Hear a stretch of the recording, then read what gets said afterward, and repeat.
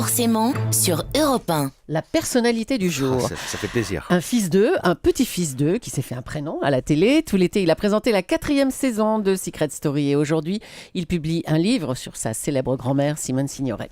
Benjamin Castallier, donc votre invité, Marc-Olivier. Bonjour Benjamin. Bonjour Marco. Ce matin, donc l'actualité du monde des médias, c'est Jean-Luc Delarue, donc après sa garde à vue, qui sort affaibli. Est-ce que vous vous y attendiez Est-ce que vous pensez que, vu tout ce qui lui est arrivé, ça devait finalement non, ça arriver? devait pas arriver, mais bon, en France, on aime bien brûler les icônes, alors ça en fait une de plus. Voilà. Bon, à propos d'icônes, Ouais. rien à voir, mais en Quelle même temps, perche. c'est une icône, Simone Signoret, ce livre. Est-ce que vous avez déjà pensé à ce que vos grands-parents, Simone Signoret donc, et Yves Montand, auraient pensé de la carrière de Benjamin Castaldi, de Michel Drucker à Secret Story? Mais j'aurais aimé certaines choses, d'autres peut-être moins. Quoi donc Je suis pas certain qu'ils auraient forcément regardé assidûment Secret Story. En revanche, le Loft, elle se serait peut-être demandé pourquoi ça avait autant marché avant de critiquer. Voilà, non, je pense qu'ils auraient été fiers de leur petit-fils. J'espère. Pourquoi un Clair. livre aujourd'hui sur Simone Signoret, Dans les yeux de Simone, donc chez Albin Michel, un album de souvenirs avec 300 photos Ouais. et un texte, donc Ouais. un bel album. Pourquoi un livre aujourd'hui, Benjamin? Parce que ça fait 25 ans, ça fera 25 ans le 30 septembre qu'elle est morte, et qu'il y a eu en fait assez peu d'hommages qui ont été faits depuis qu'elle est partie. À votre avis, pourquoi? Je ne sais pas. Alors ça, je ne l'explique pas. Ou elle est trop présente, ou elle est plus du tout présente. Mais il y a eu pas ou peu de livres. Il y a un très beau documentaire qui va être diffusé sur France 5 le 30 septembre, mais vraiment très très beau, que j'ai vu avant-hier. Et il y a eu pas beaucoup de livres, donc là c'était l'occasion de faire un livre de photos, d'autant que moi j'ai aucune photo de famille, ce qui est quand même absolument invraisemblable. Donc c'est un album de famille. Non, c'est pas des photos de famille Enfin, justement, c'est c'est que des photos d'agence, Mhm. parce que la seule photo que j'ai avec ma grand-mère, elle est en 4e de couverture, c'est la seule photo que j'ai. Vous dites, elle n'est pas très présente. En quoi votre grand-mère, et puis on parlera tout à l'heure d'Yves Montand, est présente pour vous aujourd'hui? Vous aviez quel âge quand elle est décédée? 15 ans. Ouais. En quoi aujourd'hui elle est encore présente dans votre quotidien? J'y votre pense grand-mère tout le temps. Je ne sais pas pourquoi. J'ai l'impression qu'elle est à côté, qu'elle me regarde, qu'elle m'engueule, qu'elle m'encourage. Je pense que quand on a une clé de voûte qui part dans une famille, on s'en remet jamais complètement, je pense. Vous dites, elle est très présente, elle m'engueule. Elle vous engueulerait en quoi aujourd'hui, à votre avis, Benjamin?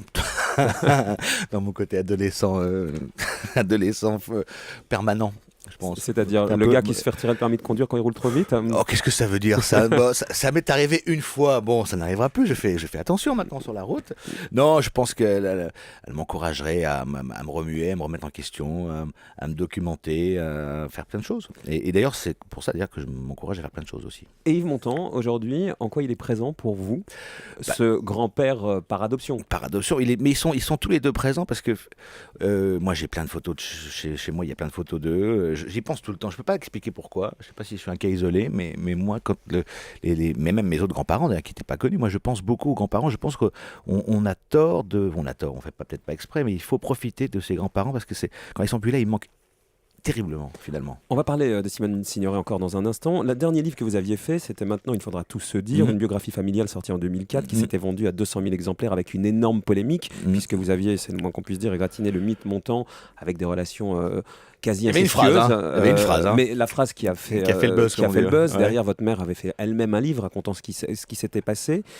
Comment, maintenant qu'il y a prescription, comment vous étiez sorti de cette polémique? En dépression? Oh, pas loin. Non, je suis pas loin. Ça a été parce que d'abord il y a tous ceux qui ont critiqué sans lire. Ça c'est quand même invraisemblable. Voilà. Après ceux qui ont commencé à lire et ils ont dit finalement dans ce bouquin c'est pas aussi terrible ou c'est pas aussi mal fait que ça a été dit.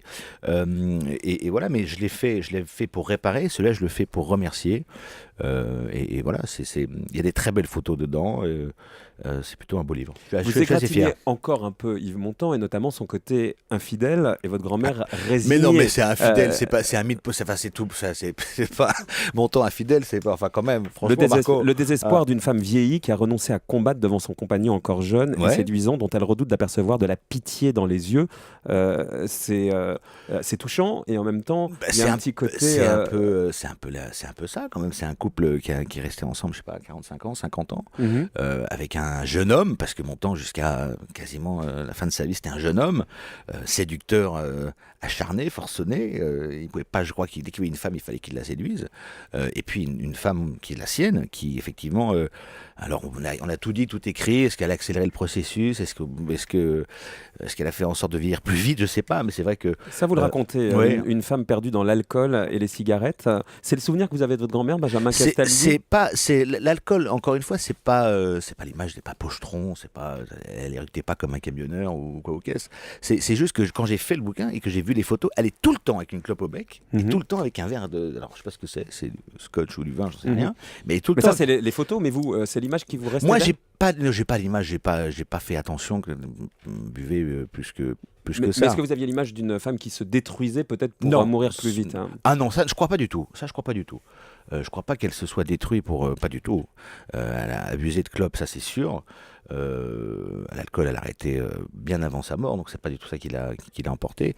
Je crois pas du tout qu'elle se précipitait vers la... Non, ce qui à mon avis l'avait le plus souffrir, c'est de ne pas pouvoir voir, parce qu'elle qui était une intellectuelle et qui passait son temps dans les bouquins, ne plus voir pour elle, c'était ce qu'il y avait de pire, je pense. Est-ce qu'aujourd'hui vous êtes en contact avec elle, ouais, tout le temps. Peut-être, ouais. Ouais, c'est vrai. Comment? Je sais pas, dans la nuit, dans mes rêves, j'ai l'impression qu'elle est là tout le temps. Et avec la descendance d'Yves Montand, avec non, avec le petit, Valentin, non, avec le petit, enfin, il est grand maintenant, il est grand maintenant. Avec Carole Amiel? Non, on n'a pas de contact, mais en même temps, voilà, c'est la vie est ainsi faite. Vous voulez dire que le livre a aussi, d'une certaine manière, un peu abîmé ça? Le précédent? Non, parce que le précédent bouquin, moi j'ai envoyé un mot à Valentin, juste pour lui dire des choses qui ne regardent que nous, mais je crois pas, on se voyait pas plus avant, voilà, ça fait partie... Montand disait on ne refait pas sa vie, on la continue. Moi je la continue et chacun la continue dans son coin. Pour terminer, Secret Story, ça se termine quand? Oh là là, le Vous êtes 15 octobre.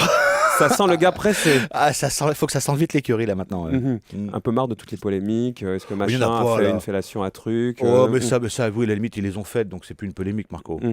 Mais bon, ce qui fait n'est plus à faire. Il est temps que ça s'arrête. Hein. Non, je sais pas s'il est temps, ça marche très bien, mais c'est vrai que moi, il est temps que je passe à autre chose maintenant. C'est quoi le autre chose?